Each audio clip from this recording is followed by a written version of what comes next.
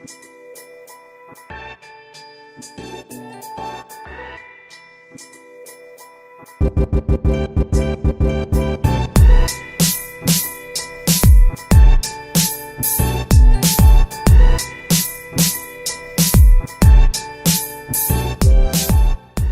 up, guys? Lenny and Dynomite Diesel Products, and I'm here with Chris Krebs. Hey guys, Chris Krebs. Man on the phone quite often, him and Drew. So now you got a face with, you know, the name. So if you call and you get Chris, That's this me. guy. If you threaten him, still this guy. If you like him, now you know better. Hey, so Chris, you've got a race truck, right? I do. And what's cool about it? It's still a VP truck, so it's kind of behind times, but keeping up with some of the big dogs out there still. Yeah. I mean, the thing does make good power, and it runs really good. And what's your fastest mile per hour in the quarter so far? It's been 129 at UCC in 2018, and we had a bunch of 127, 128s this year. Okay. So, and this year, changed some turbo stuff, did some injector stuff, definitely started making more power, but also ran into issues with transmission at that point. Yep, we made some more power, kind of went through the trans a little bit more, so you find more power, you find more weak links and upgrades, and It's funny how that works. yeah, it gets expensive. It sucks. I love it when everybody's like, dude, I've got a VP44, it's like a cockroach, you can't kill it.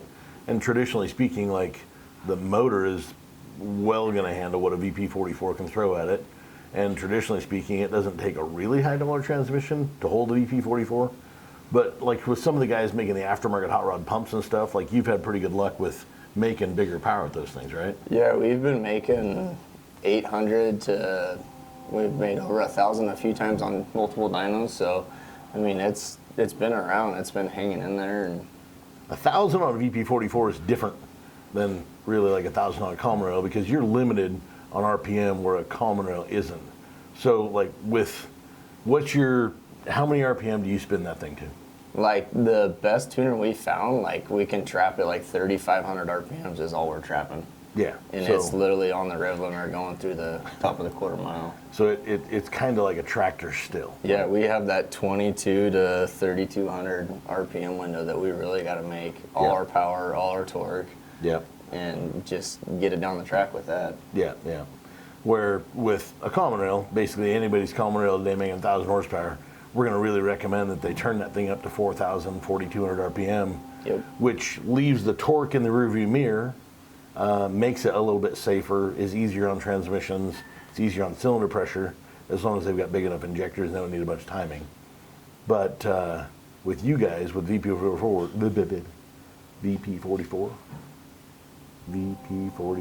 Yep. I can't say it, but you can drive it. Yep, that's right. Yeah.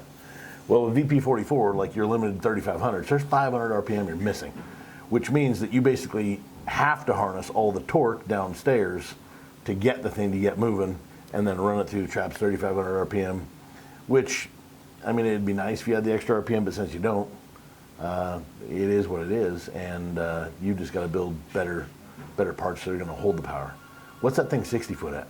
I think we went 147 was our best 60 foot 1.5s this year. Yeah. It was still 5,700 pounds roughly or so. So I mean, it's still 5,700 pounds last year? Yeah. Wow. So we still got some weight to cut off of it. And So yeah, that was fairly heavy for what it really. I mean, it didn't look like it weighed that much, but that's almost 6,000 pounds still. it's still pretty heavy. Yeah. All right. So with the pumps, like the hot rod pumps, like people talk to me on the phone about injector pumps, and back in the old day, we used to take the 17X. Always had a smaller diameter plunger than the 15X, so the 245 horse engine had smaller plungers in it than the 235 and the 215. 235, 215, that's a 15X pump, which was officially the standard output pump. So way back in the day, Diesel Dynamics, they were making plungers that were quite a bit larger, and those pumps actually jammed pretty hard. They made good fuel, but back then, you know, this is 1998, 1999, 2000, 2002, Back then, everybody was running just a Bosch 275 horse nozzle, and then it was just getting extrude honed as hard as they could back then. And even back then, they were only shoving like 1,800 psi of media pressure through the nozzles, so technology on an injector back then wasn't really that good. And I remember Dennis Perry coming out with his Cage Fury truck, and that thing all of a sudden really started to go fast, which fast back then was probably like a low 11, maybe a mid 10. And he had some stuff that was EDM'd out from John Link, and Dennis put something in there, so let's say it was a 5x16, he was like, wow. Then he put a 5x18 in there, he's like, no different. And the 5x20 was like, no different. Kept going bigger on the injector, but nothing ever happened other than more smoke, more smoke, more smoke. So I guess, you know, back then, those guys quit doing the pumps. I'm not sure when Shides and Monster Mike and those guys really started building hot rod pumps, but it was probably about 05, I guess. That sound about right? Somewhere around there, I want to say. Yeah. I think Chris Warner had, Adam Winslet had one of the first Monster Mike pumps out on the West Coast, and that was 03, 04. I think he was the first VP over 1,000 back in the day. Okay. And that, well, back then, I mean, things were so different then. Like, we didn't know about injection line pressure. We didn't really, I mean, back then, everybody was setting the opening pressures on the injector really high just to try and get them to where they could actually, like, start and run correctly on the bottom, but it was because the injector was too big. We've learned a lot. There's a lot of technology and a lot of really cool tools now that we've got that we didn't have back then. And so right now, what pump, I don't know what pump's in your truck right now, but what pump was in your truck when you and I first put a set of our injectors in that thing? It's the pump that, my last pump, it was a Monster Mike Stage 2 pump. It was the first pump. And then it's got a Monster Mike Stage 3 pump on it now that we ran all this last year. So the Monster Mike pump is the one that we took to Yakima that night? Yep. The Stage 3? The Stage 3. All right, cool. So you had some injectors in that truck. Yep. What size were they? They're like a 6x15 and flowed like 95 LPM. They're pretty big, pretty smoky. Okay. And was that your biggest stuff that you had? No, I've had some 6x24 stuff that it made power, but with a lot more nitrous. Yeah. And they're smoky, and they didn't really quarter mile like the smaller stuff did. But yeah, then we started messing around and got a good recipe. Well, I mean, what you just said, they were bigger, they made power with more nitrous, but they didn't quarter mile correctly. That all makes sense in my brain because, like, if we're looking at, like, the injector body, we've got a connector tube attached to a line, connect to a pump. That pressure needs to hit the nozzle at that pressure. Yep. Now, if any part of this whole system is a restriction or just oversized, then it doesn't work correctly. So with what you just said, the nozzle, the bigger the nozzle was, the dirtier it got. It didn't quarter mile correctly because it was evacuating the pump, the line, connector tube so well that there wasn't anything left in the next shot. So in order for you to make more power, say on the dyno, you just spray it, and nitrous is really cool about basically burning everything in the chamber. So it's kind of, I don't want to call it fake horsepower because it is horsepower, it's measured, but going down the strip where you have to make that horsepower for say 9, 10, 12 seconds, it doesn't carry out. No. So the atomization is key, and I've always believed that whether it's the pump, the line, the connector tube, the injector body, or the nozzle, all of that system has to be balanced out correctly. And that was one thing that I tried to tell you was, hey, the stuff that's in your truck, it's too big. If you were at 90 liters a minute on a P pump, that thing can make really big power that you're not close to yet. So why do we have an injector that big? Mm-hmm. So we put some smaller stuff in it, and then how small did we go on that? We went like a 5x17. Okay. But they still flowed like 85-ish LPM, I want to say. So we went down a little bit in LPM, but. So you went from a 6-hole to a 5-hole, and the orifice size was a little bit smaller as well? Correct, yeah. Like 5x17 is where I think they started. So, I mean, if I had my way, which someday we'll actually get there, we'll put that truck on the dyno, we'll run those 5x17s. We'll see what it makes. And with the new dyno, we can command that thing like a 6-second dyno hit, not just a 2.5 or a 3-second full hit. And the reason why I'd like to do that is because I want to make sure that we can sustain volume from lift pump, from injection pump, through the line, through the body. I want to make sure that we've got a good solid test on it, not just a brap and done. Yep. So, because we have found that the 6-hole stuff performs really, really, really solid. And based on bowl diameter and bowl shape, not six, I mean, I'm not saying 6-hole's the king in all applications, but from what we've found with some of the common rail stuff, 6-hole seems to be pretty effective. So I really would like to get that truck with what you've got on the dyno and then see if we can find maybe another 15 or 20 horsepower using the 6-hole. And because if you can make another 15 or 20 horsepower on boost and not have to use the nitrous, you know, it's kind of the live by the sword, die by the sword thing. So. And with nitrous prices nowadays, it's not using near as much. And I mean, boost is easy. You just buy bigger turbos and then they're there forever. You're not have to refill the turbo. You don't got to do anything. So that was another thing. Like what manifold is on your truck right now? So right now we've got a T4 Steed on there. Okay. The Steed stuff, I've dynoed that stuff. It makes power. If you have a T6 cast iron manifold on a 3-inch motor and you put a T6 Steed speed on there, every single time we've tried it, we've picked up like 50 horsepower. It was noticeable going from a T3 and a 63 on the manifold to the T4 Steed and a 72. Like I couldn't believe that it actually still spooled. And spooled better. It spools better now. Yeah, it spools better and cleaner. And there's a couple of different things that happen there. Like you change injectors and Steed speed. Like we put injectors in it, and you were like, wow, it like spools so much faster. And you sent me some videos on Snapchat. And then right after that, I was like, yeah, your turbos are too small. Let's put something on there. So at that point, with those turbos being, now they're basically where they need to be. I think you've got a really good season coming, especially since we've got dyno coming, and we can actually do a bunch of testing. And I'm pretty excited for you. I'm excited to put my fresh motor in it too. So that'll be good. How many seasons was on the last motor? That motor was built in 2017. And it's nothing. It was a stock 53 block, stock cam, stock rods, stock pistons. Yeah. It got sprayed a lot. It had a lot of nitrous go through it. Well, and I guess that's the cool thing about VP44 stuff is it's still a really budget-friendly way to go pretty fast. Yeah. I mean, because a 10-second truck's not slow. No. And like we're shooting to get yours in the 9s this year, right? Yeah. How many trucks have really gone 9s on VP44s? There's been 2 trucks. 2. And, well, Chris Parker right now, he'd definitely be in the 9s. He's been like 590 in the 8th. Yeah. So it's moving out. But Johnny at Stainless, they have the only 2 other VP trucks that have gone full 9-second passes in the quarter.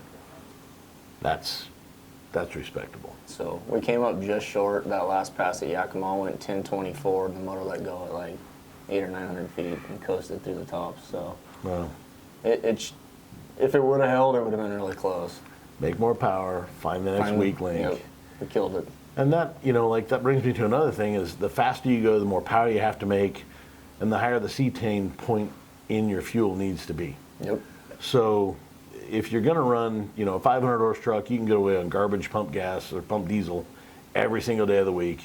But if you're going to turn the same truck up to 1,000 or 1,500 horse and go race it, you need to make sure that you're adding cetane to the tank to ensure that the burn is happening when it's supposed to happen and not just erroneously in the cylinder. Yeah. So, I mean, I'm pretty big on this stuff because this is kind of a sales plug right now. But this, to about 30 to 35 gallons of diesel, is 8 points of cetane increased. So if you're, at the racetrack and you only got a 5-gallon fuel cell or a 10-gallon fuel cell, pour this in there and you're gaining a ton. And if you've got 40, maybe 45 points of cetane in the diesel that you just bought at the Chevron or whatever, and you're needing to be closer to like maybe 70 or 80 points, then a bottle of this times 2 into a 5 is going to get you real close. Yeah. And all that does, guys, is it just ensures that you've got good cetane in your fuel to take out one variable of why you're going to be not successful at the track or successful. And if you're going to go fast, like, try and eliminate all the variables you can. Don't be in a big hurry. Take your time. Be methodical. Take notes. Write things down. Temperature, elevations, all of that. Because if you're not having a really good day and you go home, you might realize, oh, wow, I've never been to that track before. And that track's 1,000 feet higher than my local track. Which then you can go, well, if I lose that kind of oxygen content, now I'm still making that kind of power at that track. That takes a lot of the frustration out of it. Instead of just throwing more parts at it the next week and being like, well, it didn't work, so I'm just going to throw more parts at it. Well, look at the environment. Look at everything you've got when it comes to racing, because it all counts. Like when you're counting tenths or hundredths of a second, you know, if you ran a 10-0-0-1, you still wouldn't be the third truck in the nines. Nope. That would suck. I've seen guys have that before. It sucks. You just want that magic 9XX. And no. Yeah. Not today. To be in the nines, you actually have to be in the nines. Yep. Yeah. Like it's not a 10-second truck. Doesn't count. Yeah. No. You need to get a license plate that says in D9s. Yep. That'd be good. Hopefully. Like, hopefully this season. Yeah. Should be it. Drive your 9-second truck and harass your neighbors around the neighborhood there. Yeah, HOA president would be happy. Oh, I'm sure the HOA is going to love it. Yeah, yeah, guaranteed. Well, VP44 stuff. What kind of tricks and ideas that you have that might help the guys out there with what they're doing? I think a lot of guys, and we get it a lot on a couple of the forums that I help run and kind of started. A lot of guys just try and go way too big. I mean, turbo technology, injectors, pumps and stuff has changed now, so you can kind of get away with it. But back in the old day, I used to always say bigger isn't better, especially like turbo sizing and stuff. Yeah. We just don't have the RPM, the fueling that the P pumps and the big common rail stuff has. So you have that little tiny window to make all that RPM, all that power, all that boost. And sometimes you just got to find the right setup and don't go overkill on it. Well, you're trying to save weight, so running an S5 series turbo on a motor that runs out of RPM at 3,500 is like wasting 40 pounds you don't need to pack. Yeah. Because like an SXE 88 is like 160 pounds of air per minute. It's a lot. So that's 1,600 horsepower worth of air on an S488, and you blow that in a compound setup into a like a 363 or a 363 with a 74 mil turbine wheel, use an external wastegate, blow that into the atmosphere if you're going to run nitrous, or blow that into the hot pipe with proper angle, and try and drive the 488 harder, you're there. Like, you've got enough air to do everything a VP44 is going to do. So putting like a 471 on the manifold and some Garrett 5 Series or a Borg SXE 5 Series on the manifold, you've just picked up a bunch of weight, and you're never going to get to use all the turbo that you've got there. No. And you've still got to spool those chargers up, which is going to require more heat through the converter to get them to light. So it just, I hear that all the time. People are like, man, I got enough air to do this, that, and the other. And I'm like, you have too much. Yeah. Well, no, there's no such thing as too much, and actually there is. Yeah. So yeah, that's a big deal. And then injectors, the injector thing, I think that gets overblown a lot. Yeah. People not understanding what K factor is, people not understanding what the whole geometry, how that increases flow without just being a bigger hole. Yeah. And you really taught me that K factor when we came and I flowed some different stuff that I had in the trailer, and you looked at the smaller stuff flowed more, and then even what we have now still outflows some of the biggest stuff I've ever ran. So, yeah. I mean, it made a huge difference when we got better atomization, better spool up, truck went down the track. I mean, on nitrous, it's smoke free. On fuel, there's a slight haze the whole track. Right. And it's making 85 to 95 pounds of boost. Right. That's the one thing that I don't think I know all there is to know about K factor. K1 would be the radius that goes directly into the spray orifice, and then throughout the length of the spray orifice, that would be like K2. And there's going to be some taper to that as well. Although right now with what we're experimenting with, we're trying to, going from extrude hone and knowing that we had several different medias that we ran throughout the years, K1 always was tunable. We could change K1, the shape of it, by changing the media pressure and the amount of time that we ran it. And like a lower pressure, slower hone time opened up K1 a lot more. If you hit it really hard with a lot of pressure, really aggressively, then K1 would be less contour. But then the K2, since that extrude hone media is almost like silly putty, you're always reshaping K2. Yeah.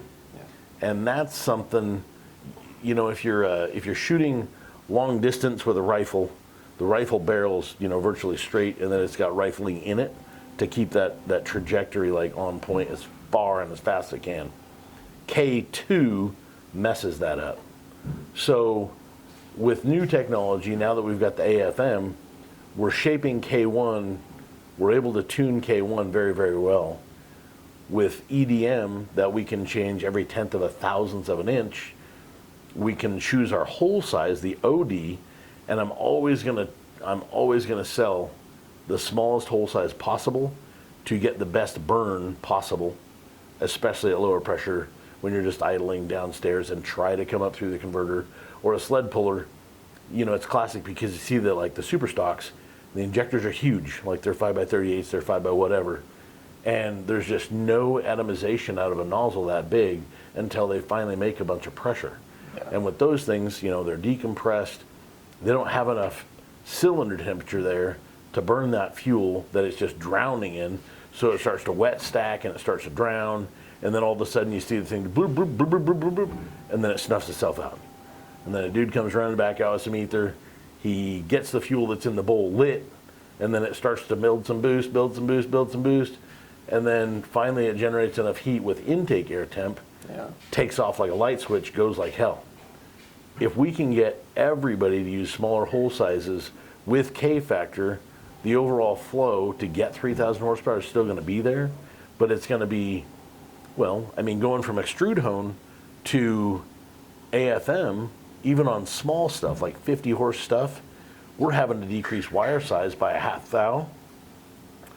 And if we don't, then we're actually overshooting our recipe by 10, 15, 20% of millimeters cubed in the test stands. Yeah.